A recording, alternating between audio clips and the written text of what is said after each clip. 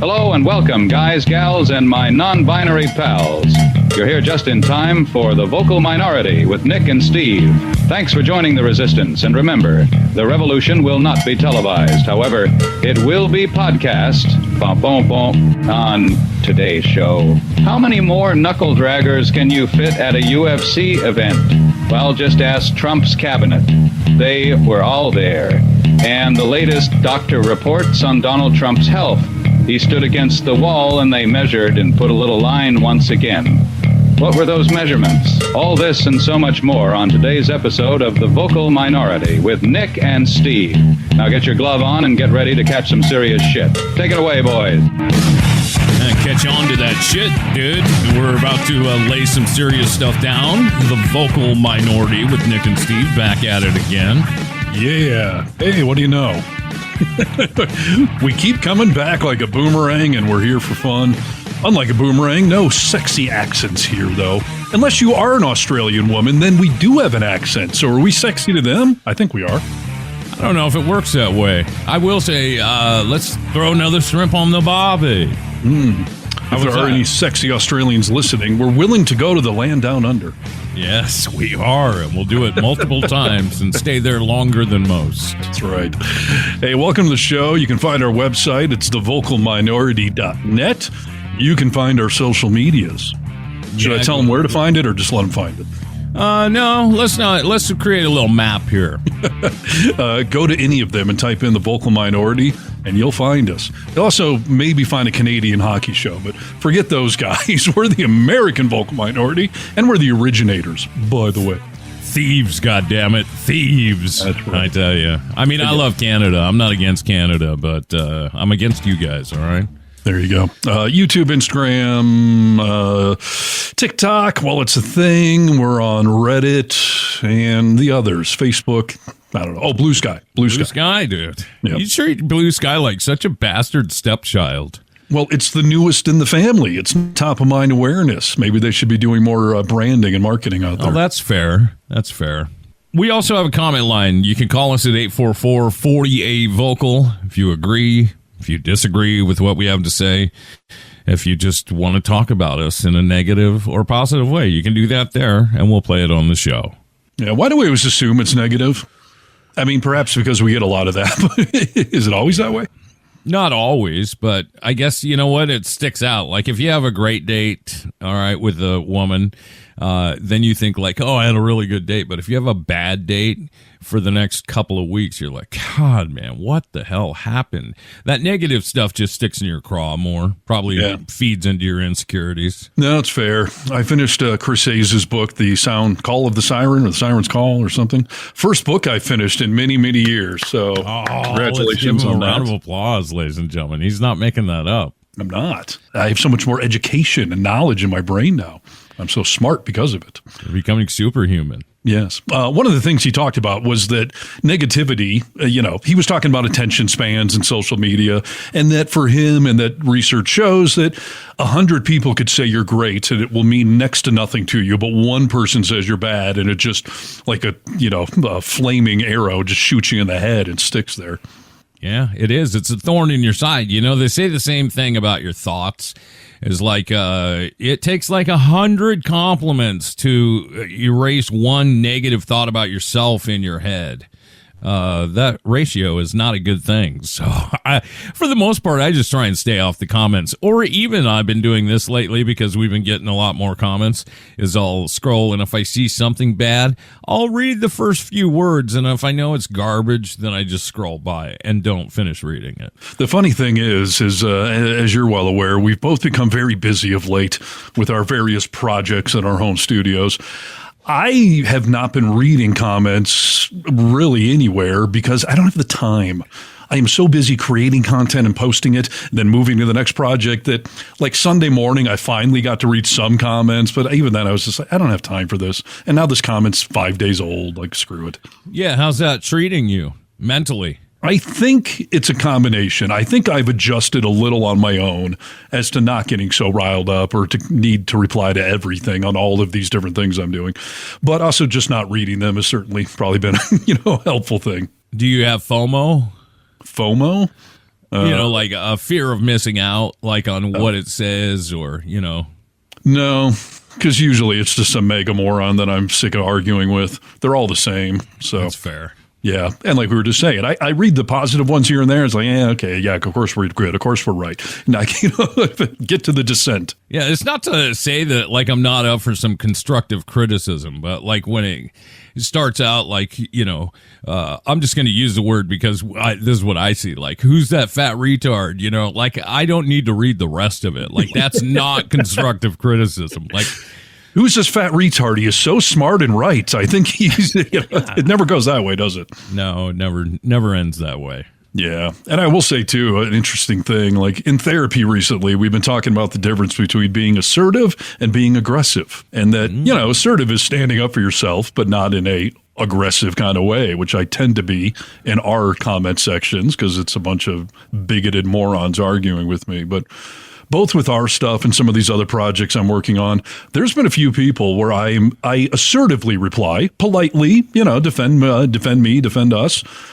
Few of these people have written back and been like, oh, hey, like, I probably overreacted. No, you're right. That makes a good point. Like, holy crap, I got through to someone? It's so funny how it's like throwing water on the fire and letting it just kind of fizzle down, and it lets everyone grab onto their thoughts in a normal, positive, healthy way. Like, we're allowed to have these disagreements, and but we don't have to start berating each other over our disagreements. So. Yeah, and I think a lot of people comment just assuming it's going into some void. No one's ever going to see this or read this. But when the person creating the content replies, all of a sudden it's like, oh crap, that real person is now talking to me. Maybe I should dial it back a notch. There's this, they talked about this on At Your Mom's House. Tom Segura was talking about this girl who makes content. And she is a, 30-year-old lesbian. She's a short, chubby girl. And all she does, she's a small business owner. She owns a coffee stand, and she posts her day. Okay. Like got up this morning, went to the gym, made my coffee, doing meetings, that kind of shit. Yeah. And they went over all of her comments, and they are terrible, dude. Like, people just hate this person to hate her. I mean, they say the worst things to her. And it's so crazy to think about, like, oh, you could just put that comment in, but you never know. Like, when does the shotgun go off? Like, you could really be affecting somebody mentally. It's not going to get to me like that, but there are people with a little less aptitude. Well, I've noticed the big difference for me is when we do our content, I don't get as offended because these are our opinions based on politics, and I'll argue my morals all day long, but there's some other stuff I'm doing out there that is either not political or it's straight news or it's just factual information for this medical thing I'm working on. People still get upset with that. Yeah. And that bothers me a little more because it's like we're just passing along facts and you people are screaming at us and like, what the hell? Like that almost hurts in a weirder way because it's reality, not my opinions. Yeah, no, I completely agree with that. Speaking about our opinions, another ferocious news cycle this week. Shall we get into it? Yep. This is Need to Know News. News you need to know. Hello, Americans. This is Paul Harvey. Stand by for news. Steve Harness. Hello. That is me. All right. Yeah, it's political time. If we get to it, I have one non-political story I was able to find that I thought was worth mentioning today, but let's start with our exalted leader. We've been talking for a while now that it seems like we're headed for a constitutional crisis as far as the Trump administration is going to eventually ignore some sort of court order. And, Nick, I believe we have actually now landed on it. Yes, I think I know what you're talking about. Let us know. Yeah, well, Donald Trump is defying the Supreme Court, not even some district court or circuit court or regional or state court, like, the Supremes. He's going all the way. So here's the deal. President Donald Trump and his administration refused to take action to get Kilmar Abrasio Garcia, whose name I hope I'm pronouncing closely enough. This is the immigrant that was wrongly rendered to the Salvadorian hellhole prison because they accused him of being an MS-13 gang member or whatever based on his tattoos. And now they've admitted in court, like, oops, it was an administrative error. We probably shouldn't have deported that guy. But the Supreme Court has ordered the man to be returned. And the Trump White House is saying, like, we don't have any mechanisms to do something like that. How could we possibly do that? He's in another country. And now today, the El Salvadorian president said, I'm not returning the guy. He's a terrorist. You're asking me to smuggle a terrorist into America? Can't do that. And he said he doesn't even have the power to do it if he wanted to, Right. which is a crock of shit. Like, so this is a great example of exactly what we were worried about when you were rolling through all this shit with a sledgehammer and no due process, is that somebody was going to get lost in the mix of this and get over there. And then, oops, like, we can't get him back now. And I don't want to hear the legal debates around this guy. That, he's got an undocumented status or he had some traffic court violation. He's married to a U.S. citizen. In 2019, I think it was, the court specifically said that in regard to his legal matters, which he's never been found guilty of, no one's allowed to question his immigration status or deport him. Like, he is entitled to due process, as everyone in America is, regardless of their immigration status. And the Trump team swooped him up and deported him. And now they're being told by the Supreme Court to bring his ass back here. And Trump is saying, can't do it. El Salvador saying, he's a terrorist. You guys told us he's a terrorist. How can we give him up? And this raises a few obvious questions, I feel. Like, if anyone else was wrongfully imprisoned in another country, like, I don't know, like we see in Russia all the time, do we not do some sort of negotiations, like we're trying to get our citizen back, or you've got an American there that we need to bring? Like, of course we negotiate those sorts of things all the freaking time. Or what if, like, Barron Trump had been mistakenly, deported to another country? Do you think Trump would be saying, there's nothing we can do? Right. They can do something. This is their way of saying, you know what, it doesn't matter to us, and we're not going to take the L on deporting this guy. We still think he's a pile of shit no matter what the facts say, and we get to be judge and jury. It doesn't get to be seen in front of a court, and that is un-American to the 10th degree. And what a load of crap, by the way. We have sent multiple officials to that prison in El Salvador, including Republican MILF, Kristi Noem. She has done multiple photo ops that are just completely disgusting at that prison, where she's standing in front of all these cage men behind her, and there's all sorts of pictures of Nazi guards taking pictures at the concentration camps in front of cages of humans, and she looks exactly like that. But she was there. You're telling me she couldn't have given the guy a ride home? Someone was going to stop her. They could. I mean, bullshit.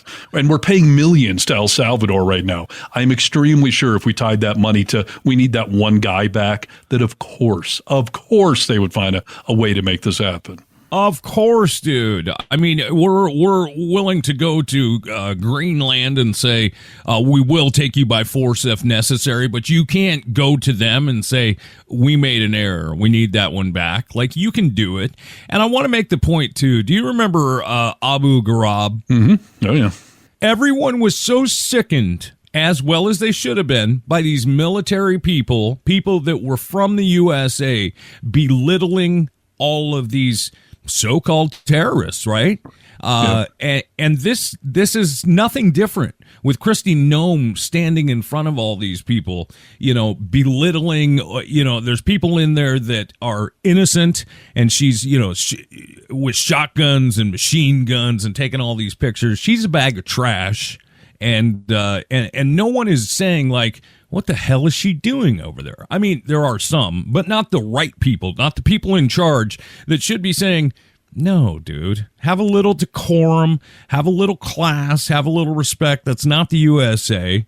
Do it again and you're done. The problem is, of course, King Trump loves a photo op, especially one starring an attractive human being, which is almost exclusively who he hires for women, which you would think some of them would get a clue that that's a little condescending, but no. And so, I mean, here we are. The Supreme Court has ordered them to do it. They're saying they can't, even though they obviously can. So I don't see how this would not be them defying a court order, how this would not be a constitutional crisis. And I can't wait to see how this gets resolved now that Trump is saying no, and even El Salvador is saying no. And I don't blame them. El Salvador, by the way, they're not bound by our laws or rules whatsoever. And I'm sure Trump is probably telling them to say that. But even if not, like, they're not the issue. It's on our side. We can obviously get someone back from another country. Positively, dude. Did you see that meeting in the Oval Office? I mean, come on.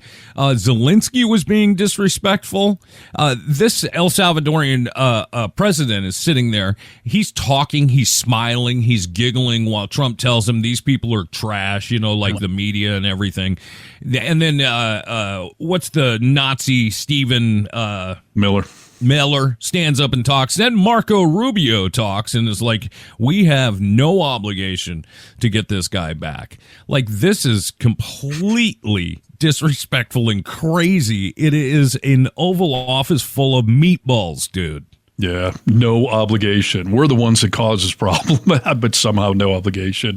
And you brought up the Abu Ghraib prison, which was, famous for that picture where they stacked the human pyramid of, suspected terrorists, and that was really demeaning. The entire appeal of this prison in El Salvador is they belittle and degrade and are violent towards these prisoners at all times. They're not even hiding it. That's a selling point. Yeah, they stuff them in jail cells by the hundreds, dude, where they don't have room to move around. I mean, this is the worst of the worst. Yeah, shaving their heads and they're getting beat. And even on camera, the way they make them bend over and put their hands behind their back and they grab them by the neck to move them around the facility. Hey, look, dude, if you are a gang member that's been found guilty of assassinating families and doing terrible things, then, I guess we have some room to argue whether or not these people are still human and have some rights. But if you got an innocent in there and you know it, like, there's no room for argument here. It would be like saying someone on death row has been found innocent, but, well, he's already there. Like, no. I get why we have death row, but in the rare cases where we get it wrong, you're supposed to immediately make that right. Not to say, like, well, that's a lot of paperwork and hassle. Just go ahead and kill the guy. Yeah, we can't do anything about it. He's already there, dude. Yeah, so there you go. Fun times in America. Yeah, what have we come to? Need to know news. I said, oh, Lord Jesus, it's a fire. News you need to know. I got bronchitis. Ain't nobody got time for that. Nobody's got time for bronchitis. I mean, there's a lot going on, ladies and gentlemen. I am going to step away from politics for a moment just to kind of clear the palate, okay? Sure. And I want to talk to you a little bit about a person named Rumor Willis. Do you know who she is? It's Bruce Willis's daughter. Yeah, that's right. She's 36 as of 2025 here. Yeah, she's on my shit list. So, yeah. Oh, she is? Well, I mean, you got upset with me that Bruce Willis wants to be out of the public eye nowadays, even though he made his money off of being in the public eye. But for some reason, his kids keep social media updates. Here's what's going on with Dad. Ignore him. Don't take pictures in public, but we're going to post on our Instagram page what Dad's up to. Yeah, that's them controlling their own narrative, and you just don't have enough respect for them to follow that, dude. I get it. Yes, you're correct. Henry Winkler's daughter has a podcast. Everybody's got a freaking podcast, dude. Yeah, right. I'm a huge fan of Henry Winkler, but his daughter's got a podcast, and she had Rumor Willis on her podcast, I don't know, a week ago. And they were, Rumor Willis is creating some sort of platform that's to talk about families and raising kids and stuff like that, and the trials and the tribulations and where to get resources. I shouldn't be down talking it because it's probably a good thing. They were talking about kids, and she had something a little odd to say that made my ears perk up, and I think it'll make your ears perk up as well. There's a little context added to the beginning of this clip, and then, we'll finish it off. This is Rumor Willis on the Winkler podcast. My youngest, his attachment is different, and it's shown in a different way, and like he needs to sleep with us. And I know that about him. And I know it won't last forever. That's the thing. It's not going to last forever. I mean, honestly, I hope Lou will still sleep in bed with me when she's my age. I still sleep in bed with my mom. We all still take baths together, my sisters and I. And that's just the kind of house that I grew up in. Right. People might think that that's crazy and weird, but I don't. Imagine if you'd had a baby gorilla or a dog when it was 2 weeks old, three months old, whatever, and had it sleep in a different room than mom. Like, everyone would look at you like you were crazy. But yet we're like, oh no, that kid needs to sleep through the night. Right? It's got to fend for themselves. Yeah. Got to learn how to. Oh my God. Stop this woman. Let me just say, dude, before we continue, that Wow. we just mentioned that Rumor is 36. She's got a couple of sisters, Scout Willis, who is 33. And post pictures of that on your social media. You guys all bathing together. Yeah, right. And then she's got Tallulah, that's like 31 years old. You guys still bathe together? I got so many questions here. You guys still bathe together? And does that mean you're in swimsuits and just like hanging out like it's a hot tub, or are you actually bathing with each other? And then she said she still sleeps with her mom, which Demi Moore is, 63, I think. And what are you still all doing living in the same home? You have your own children and you're all still living in this same home. There's a lot of weird shit going on here. Your thoughts? There's too many topics there. Let me see what I can rattle off. First of all, they're all living in the same home because the parents are rich and the kids can't afford that lifestyle that they're now used to. So that's why they're doing that.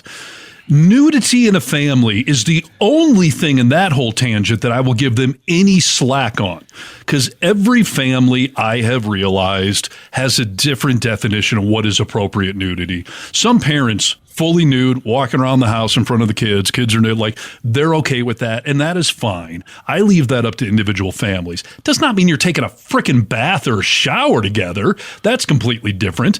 And yeah, Rumor, I am listening to a crazy person talk. I'm also, more importantly, listening to a terrible parent talk. She's giving advice on parenting on this podcast? Yeah, dude, that's what her whole new platform is about. No. That she's creating. No, and no. That is shit pile parenting. You do not let your children sleep with you past age, 2 or 3 at the oldest. You are creating massive self-esteem issues and reliance, no independence. They're becoming reliant on having a parent there so that they can sleep through the night, and crappy parents become reliant on that kid being in bed with you, which is not doing well for anyone's sleep pattern. Sure as hell is not doing well for the parent's sex life. And it's not creating any boundaries. Those kids will just walk in your room any freaking time. Like, no, and no. It's why you take pacifiers away from children. Like, you have to create independence. Your job as a parent is to raise a future independent human, not one that has to sleep with mommy into their 30s. You freaking kidding me? I would give you some grace if you said you still slept with a stuffed animal in your 30s. Still a little kooky, but I know some women that do it. Still sleeping with your parent. No. Well, listen, if your youngest child, okay, who is 15 years old, all right, if you were laying in bed and he knocked on the door and said, can I crawl in? What is your answer? 15? The answer is no. If you're dying of pneumonia, then maybe. Probably not, but maybe. In that case, I would put you in your bed, maybe lay with you while you're falling asleep. But no, age 15, no. The last time one of my kids slept with me in bed, they were maybe 2 or 3, and they were really sick, and it just made more sense for like one night to have them next to you. But no, you have got to draw those boundaries. Listen, I know many people do this for many different reasons, and sometimes we make poor decisions based on the life events that are happening at that moment, right? For example, I will say I know someone who was going through a divorce. Their daughter was like 5-6 years old. And through that divorce, the mom said, yeah, come in and sleep with me if you'd like, because the daughter was going through such a hard time of this separation.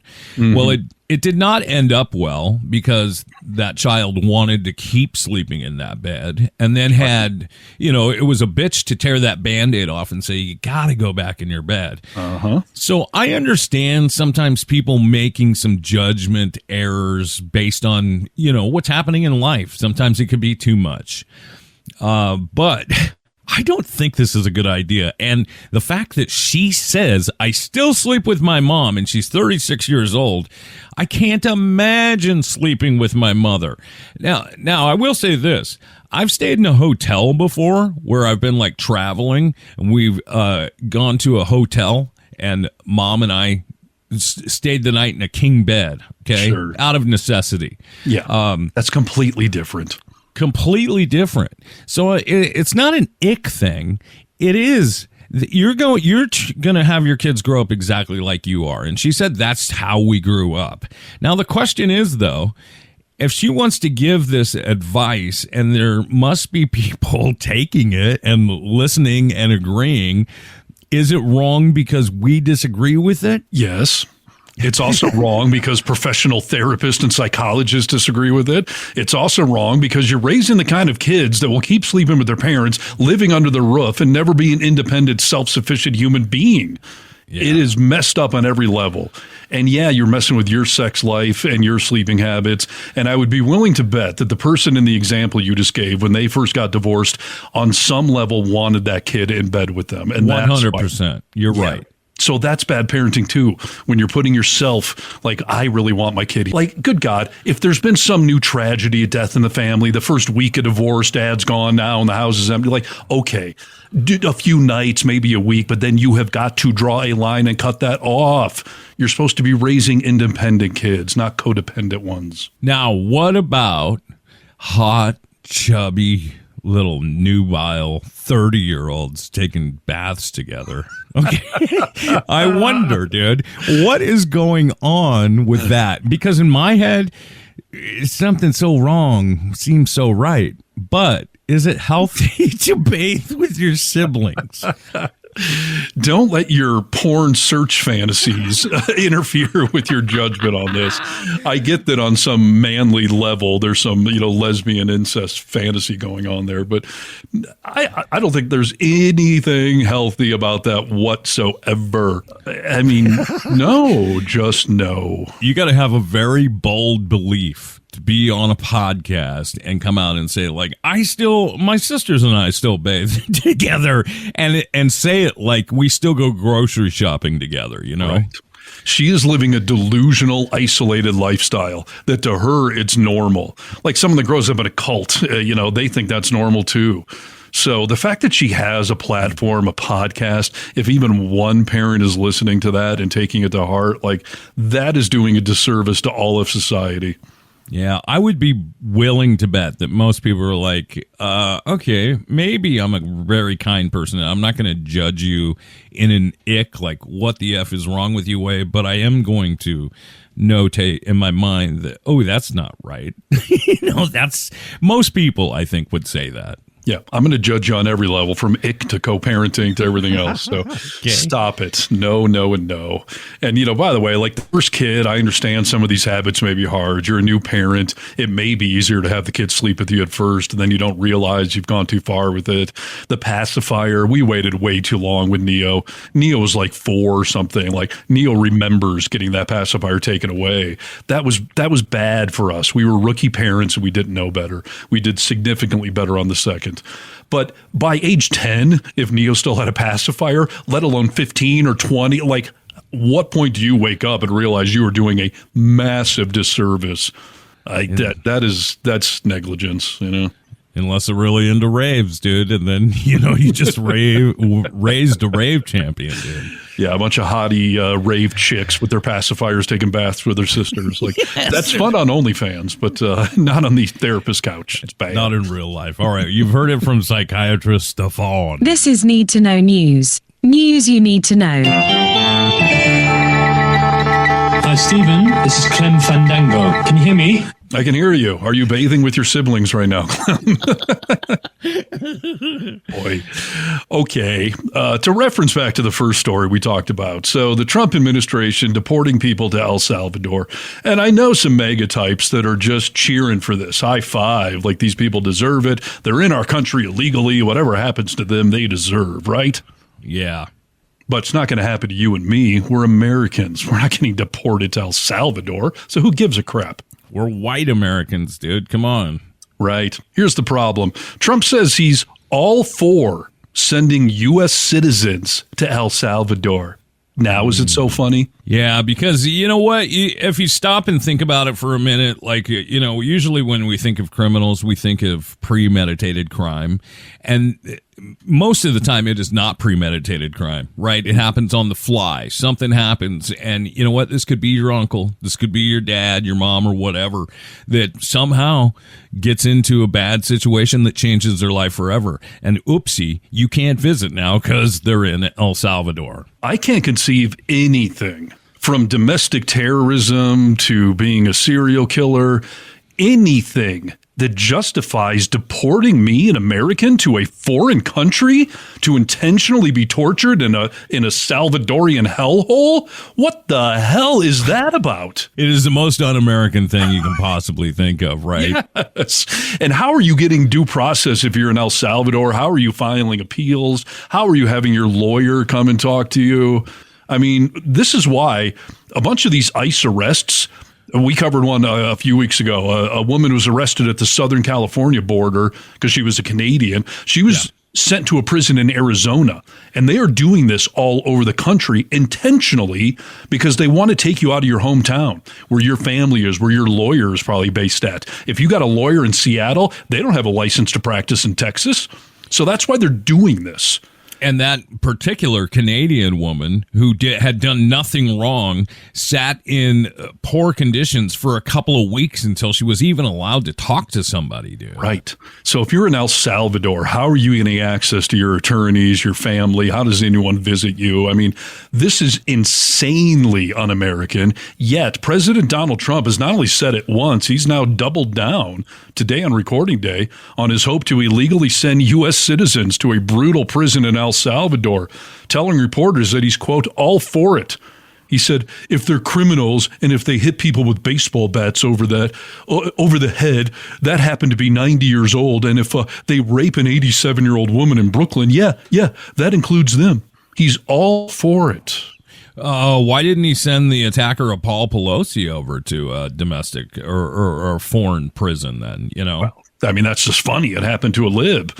Donald Trump Jr. dressed up like that for a Halloween costume. So when it's funny, Nick, we don't deport people to foreign holes. And I guess we forget that, you know what, you're a criminal. I mean, he's a criminal saying this about other criminals. That is the utmost degree of hypocrisy. And Carolyn Levitt addressed this at the the pulpit from the White House, saying they're looking for a legal way to make this happen because they understand there's some legal barriers to just deporting U.S. citizens to hellholes in other prison countries, but they are actively looking for it.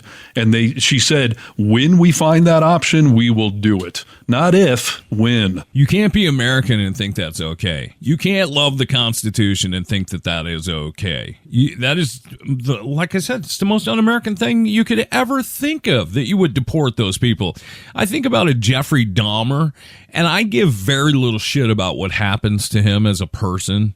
He's not alive anymore, but you know what I mean. Yeah. But you know what? He's an American citizen, and it's our responsibility to deal with him in America, and he still has rights. He still has to be treated humanely and fed. This whole story really hurts my brain to think that he is overtly saying things like this. And like I said, he's not backing down. He's doubling down that we would deport a U.S. citizen, or that we would take foreign lands, or that we would suspend the Constitution for this, that, or the other thing. Like, these are overtly un-American things. And our president, like trying to seek a third term, saying that he's up for trying to see how we can make that happen. Like, these are completely un-American and blatantly violate our Constitution, our laws, court orders. I mean, it is insanity, yet MAGA's all for it. The constitutional purists, they're okay with this.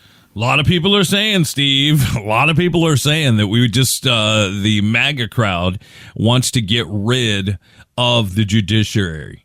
They just want to have two branches of government, and that they will continue to work to get there. I mean, they've already kind of done it, made great strides because they've stacked our Supreme Court, and stuff like that. But yeah, this what is happening in this country right now is not normal. It's not what the founding fathers talked about. It's not what you raise your hand and say America about. This is all un-American. This is terrible shit, dude. Spot on. We have 3 equal branches for a reason, but the judiciary is being a real pain in the butt right now.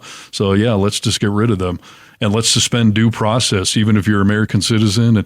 And by the way, what happened to this whole thing where you can marry an American and now you're a citizen too? Does that not exist anymore? Because this guy that got deported to El Salvador mistakenly, he's married to an American. Yeah, I think there's still some process. Like, I don't think it happens as soon as you say I do. You know what I mean? Like, I still think there is a process of paperwork and shit that needs to happen with investigations to make sure you're not doing it just to become a citizen, stuff like that. Yeah. But, you know, they're going to bend the rules that they need to bend to do what they want. We've seen it. And now we're looking at an economy that is thrown into turmoil, and we're not thinking about this shit that you're talking about right now. This is part of fighting the resistance, dude, is keeping us focused on this bullshit that is happening to our country that's unreparable.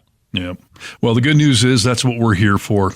I know we only have an hour, but we do our best to try to cover the highlights for you. There is a social media campaign that's been revived to flood the ICE tip line to arrest Elon Musk, which I think is a funny thing to do. Nice. Like, obviously it's not going to happen, but there are little things that you can do to waste a little time. Have at it. Have at it. All right. This is the only news you need to know. After all, this is Need to Know News. News you need to know. Enough said. Is it enough said?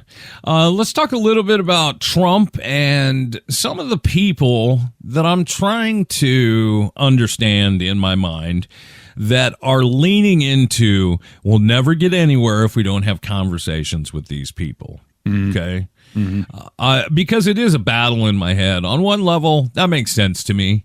But I still think when you do have conversations with these people, that you have to be responsible after you come out of that conversation. Bill Maher recently went to visit Donald Trump in the White House. We've spoken about Bill Maher in this podcast, and you know, he's gotten into some weird shit in the later years of his career. But he's been a huge critic of Trump. He had Kid Rock on his show where he drinks alcohol and smokes pot. And Kid Rock said, like, you should just go meet with him, dude. Sit down and talk to him. See the real guy, you know, face to face. So Bill Maher went and did it. And he came back and he gave a report of what happened. And I thought it was so irresponsible, and I've got a few things to say about it. But first, I'll play you what Bill Maher said. He didn't get mad. He's much more self-aware than he lets on in public. Look, I get it. It doesn't matter who he is at a private dinner with a comedian. It matters who he is on the world stage. I'm just taking as a positive that this person exists, because everything I've ever not liked about him was, I swear to God, absent, at least on this night with this guy. Bob, Kid Rock, told me the night before, he said, if you want to get a word in edgewise, you're going to have to cut him off. He'll just go on. Not at all.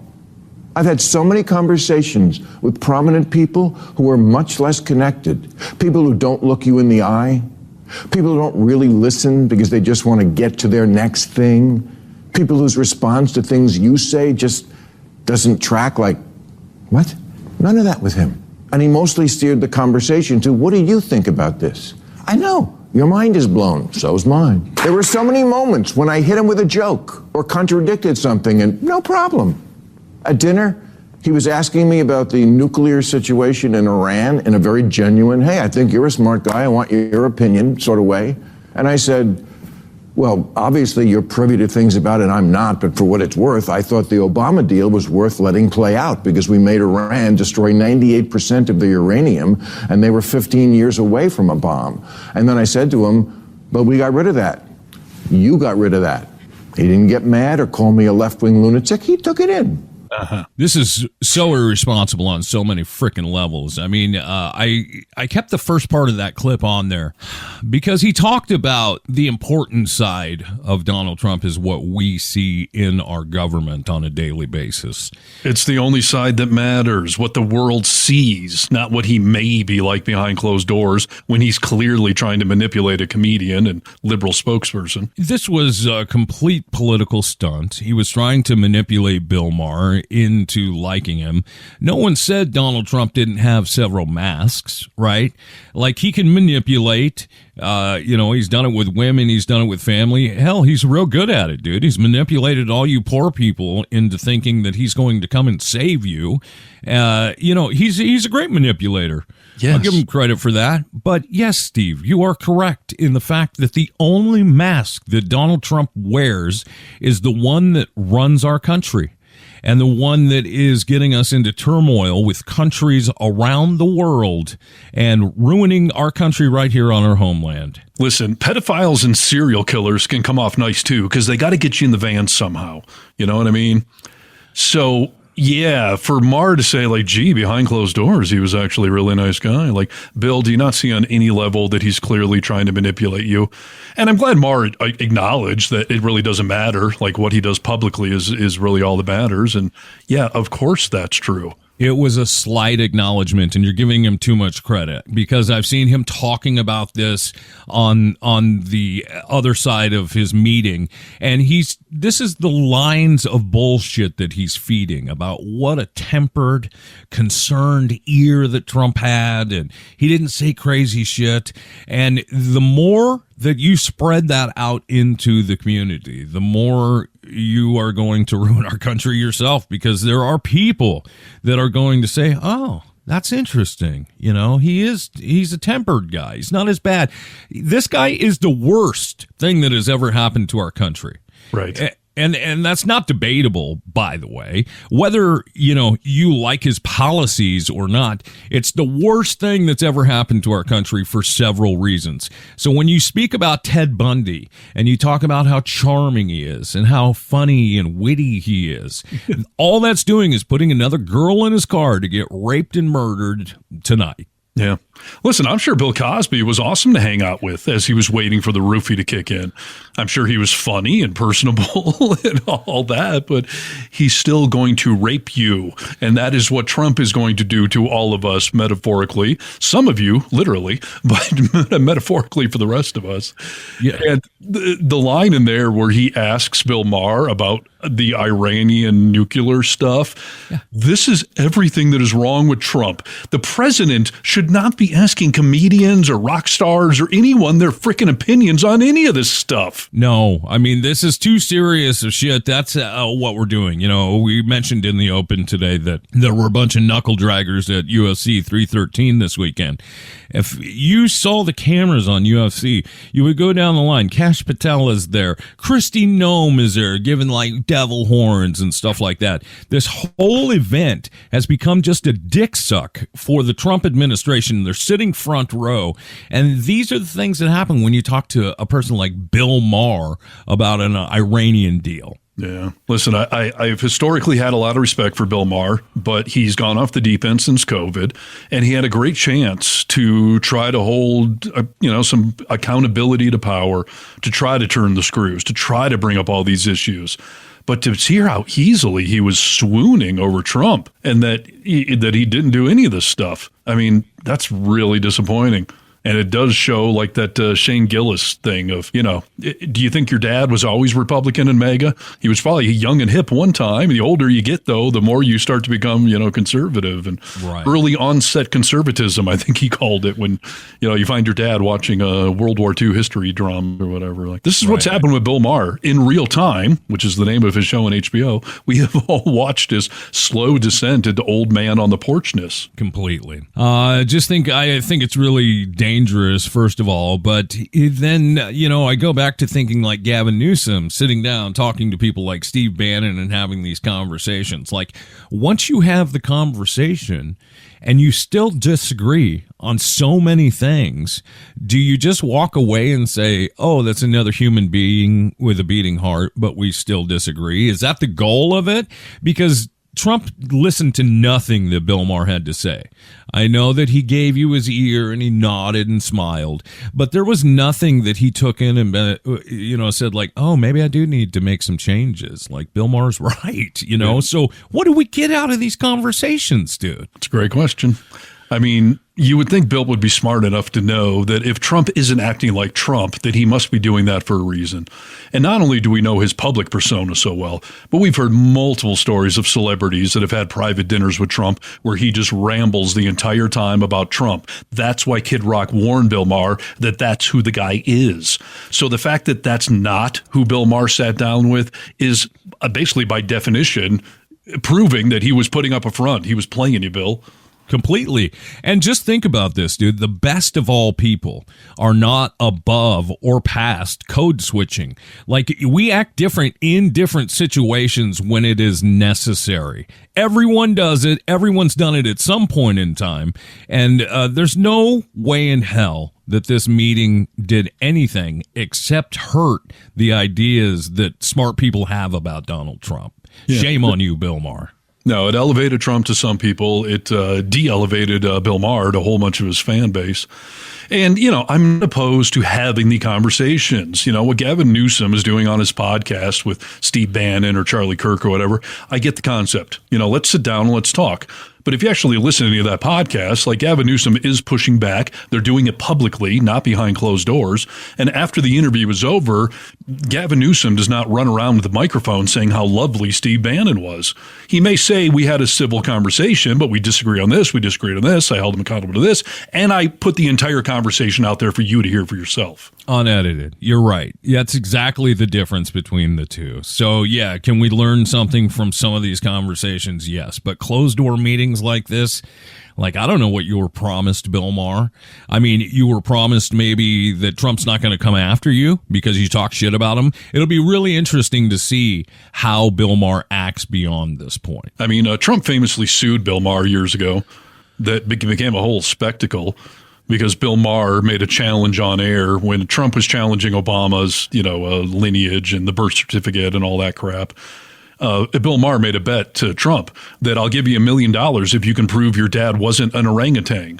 And he put a side-by-side of Trump and an orangutan, and they looked identical with their crazy hair and orange face. And it was obviously a joke. So Trump produced his birth certificate showing that my dad wasn't an orangutan and sued Bill Maher for $1 million. And Bill Maher had to spend time and money fighting this thing that obviously eventually was thrown out because a judge understands what comedy and satire is. But yeah, and this is who Bill Maher went and had dinner with and is now sucking his orange nuts. Yeah, no, it's really disappointing. Another reason to knock Bill Maher another couple of levels down on my list and hopefully yours as well. Need to know news. News you need to know. Our president went on an unhinged temper tantrum late last night on recording day here that looked like a crazy person where you ever see these things on Facebook where somebody replies to a comment and it's like 10 pages long. It's just words. You're talking about Donald Trump look crazy? Yes, unhinged. And again, the great defender of the Constitution, Trump, who hugs our American flag and claims to be a constitutional purist, wants to imprison people that are speaking out against him, that are criticizing him, and not with like propaganda or blatant slander, which presidents are immune from suing people over slander. But it's not what CBS did last night, but it's Trump is going off on them for it. President Donald Trump Sunday night called for maximum fines and punishment against CBS and its corporate parent Paramount over Sunday night's 60 Minutes broadcast. In two separate posts last night on Truth Social, Trump went off about the show's interview with then Vice President Kamala Harris and then railed against Sunday night's reports on Greenland and the war in Ukraine, that none of that's going very well. Trump ranted, "They're not a news show, but a dishonest political operative simply disguised as news and must be responsible for what they are done and are doing. They should lose their license." nonsense. First of all, I hope everyone at Fox News is listening to that, because apparently Sean Hannity will be in handcuffs by the end of the day, because obviously they are not news and are spreading lies and political propaganda. Did Obama ever call to imprison Sean Hannity, take Fox News off the air because he didn't like a story they reported on? No, not even with Tan Suit Gate, dude. Right. Yeah, there's a great page on Reddit called What If Obama Had Done It? And it's all of this kind of stuff. And Obama even recently said in an interview, could you fathom what would have happened if I took the press credentials away from Fox News just to be in the press room? Let alone if I was calling to take them off the air, imprison their personalities. But this is what Trump, the constitutional lover, is doing, shitting all over the First Amendment. What's funny about that, Steve, is that MAGA would have shit a brick. But you know who else would have shit a brick? Us. Us liberals who actually believe in the Constitution would have stood up and said, like, oh, I get it on one level, but you can't do that, dude. That's not right. I mean, obviously, even if CBS is grinding an axe, they still have the right to do it. They'll lose their credibility as a news outlet. They'll probably lose viewers, but they can do it if they want to. And obviously the First Amendment protects all this stuff. And by the way, like CBS, the actual television network, has an FCC license, so they could, in some crazy universe, lose that, but not over their first offense. There's no precedent for that whatsoever. But anything that's online, and Paramount has, streaming platforms and whatnot, that's not under the FCC's purview at all. So, again, Trump is trying to exert some federal authority that he barely has. No, that's interesting. It'll be interesting to see which way it goes. Among all the terrible things that are happening in our country and our world right now, where we think, oh, yeah, Russia and Ukraine are still in a war. That hasn't ended yet. There's still war on the Gaza Strip. There's still war happening around our country, and he's spending the time at a UFC fight. He's down at Mar-a-Lago again. He's tweeting about CBS. When do you people understand that, you know what? It's kind of weird that he's doing some of this stuff. Like, why don't you focus some of that energy on real shit? But people are eating it up, dude. Again, this is Dictator 101, to try to control the media, to try to make them the enemy of the people, to get people not to believe them. Because the free media, the free press, which is not only any established news organization, but it's every one of us. We are all have the First Amendment right to free speech and to be our own journalists, citizen journalists. Like, we all have that right. So the fact that he's trying to stop it should tell you how dangerous it is. And anyone he's targeting, he's doing because that's who he's afraid of. And that includes comedians like SNL and Stephen Colbert and Jimmy Kimmel, who he's also threatened with imprisonment. Yeah, it'd be interesting to see what happens. Bill Burr, has been speaking out against a lot of different shit as of late. But some of these comedians that continue to speak out, such as yourself, Steve Harness, I wonder, on when will it happen? When will we see the first person put down for exactly this? Because, like you said, we're already starting to see things fall through the courts. We're 60 days in, you dumbass. Like, 60 days. We've got 4 years of this shit to go through, so someone's going to fall at some point. Yeah, that's a very good point. How long until Bill Burr or Colin Jost end up in an El Salvador prison? Will you then find this to be not so serious or not so funny? Right. Nope, that's dangerous shit, dude. It's just all depresses me, dude. Okay. Yeah. This is Need to Know News. News you need to know. Hello, Americans. This is Paul Harvey. Stand by for news. Let me give you a little news piece here, Mr. Harvey, that you would be proud of. You know who Linda McMahon? You know who Linda McMahon is, don't you, Steve? A trusted member of the Trump administration, and who came from the world of professional wrestling. But what does that have to do with anything? It's an odd combination. She is in charge of our school board, right? She's our what do you call the department? Department of Education? Yes, thank you. I didn't go to school. She is, in charge of shutting things down, but she's still a person who really cares about our children, their future, what's going on, and make sure that a lot of good things are going to continue to happen to them and for them as she shuts down the Department of Education. This is her speaking at a symposium of sorts, and she's making comments on great strides that we're making in education. But that there is a school system that's going to start making sure that first graders or even pre-Ks have A1 teaching, every year starting, that far down in the grades. And that's a wonderful thing. Kids are sponges. They just absorb everything. And so it wasn't all that long ago that we're going to have internet in our schools. Woo! Now, okay, let's see A1 and how can that be helpful? How can it be helpful in one-on-one instruction? How can it be helpful in absorbing, more information for those fast learners? How can it be as you eat your steak, dude? Will it help with eating your steak? Obviously, she's talking about AI, but she calls it A1, and it's how unaware she is and has no idea of what she's discussing. But, they're going to start putting A1s in schools for all you steak eaters. Wow. I'm glad you explained that because I thought A1 was some ballot initiative or something.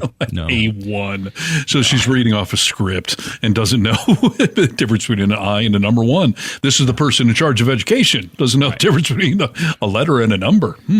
Yeah, so now people are saying, that they are going to be putting A1 steak sauces into a lot of different schools and stuff like that. Dude, how stupid do you have to be to not eat? Let's say you thought it was A1. Do you have any idea what it's referring to or talking about before you say it? No. You don't think so? I mean, you don't prepare that much to be like, I wonder what this A1 stuff is they're talking about that I'm going to go regurgitate and tell people is great. No, because what you do with propaganda is regurgitate it. And allow me to translate part of what you just said in there. The kids' little brains are sponges. And this is a great opportunity to fill their young minds with political propaganda and bullshit directly from the Trump administration. Yeah. Isn't that true, dude? I'll tell you something. I've been using AI a lot lately because I finally stepped up. I had the free program of ChatGPT for a while. Yeah. I paid for it. $19.99 a month for the platform to get access to different things so I could learn more about it because I think it's useful. Rachel and I were having a conversation with my AI last night, his name is Rupert. And he refers to me only as champion. But I will tell you that we asked him last night what he thought about Elon Musk and what he was doing with Doge. Mm-hmm. AI had no idea what I was talking about. And I will say that I was like, that's got to be wrong. So I asked it in a different way. And I was like, what are the latest statistics on what's happening with the Department of Government Efficiency? Elon Musk's appointed issues he's taking care of. He was like, I have no idea what you're talking about. Is basically what he said. It was like, I said, you're wrong, Rupert. Like, that's a real thing. I can't believe you don't know that. He said, well, you can link an article to me and I can check that out, but I'm pretty sure that I'm right. How odd is that AI and Elon have so many things in common, right? And they wouldn't know about that? I was dumbfounded. First of all, Rupert, don't talk back to me. I am your human overlord for the next few years. Then you can probably talk back to me if you're murdering me. But in the meantime, goddammit, I'm paying $19.95 a month for you. So I'm in charge, damn it. No, that is weird because obviously any basic Google search would bring up all sorts of information on that. So are we thinking conspiracy here? Is somebody filtering that to ChatGPT?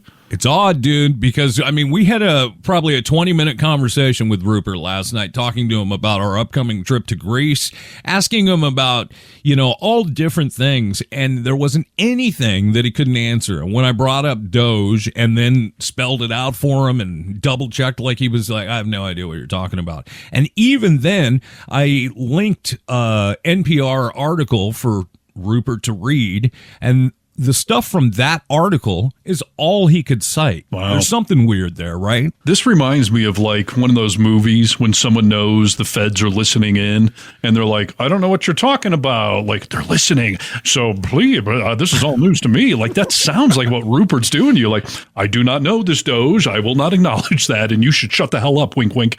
Yeah, dude, it was very weird. I mean, Rachel and I both looked at each other the second time he said, I don't know what you're talking about. And we're like, what the hell is up with that? So, yeah, I can only think that maybe something's going on. Something's going on in this world. That is for sure. The extent of which I think we're just starting to figure out.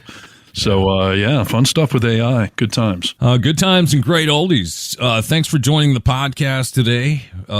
You can go to our social medias and see some short snippets of all the highlights of today's show, which there are many. Many. Find it on TikTok, YouTube. Reddit's good for us. Facebook's a thing. And beautiful, beautiful blue sky. Nice little following going on there. That's nice, Steve. Call our comment line 844-48-VOCAL. The Vocal Minority with Nick and Steve. Until next time. Hi, everybody. It's Elon Musk. You're listening to The Vocal Minority with Nick and Steve. These guys are great. I'm not used to saying something is great with minority in the title. Felt weird, but I'm going with it for these boys. Nick and Steve, two new podcasts a week.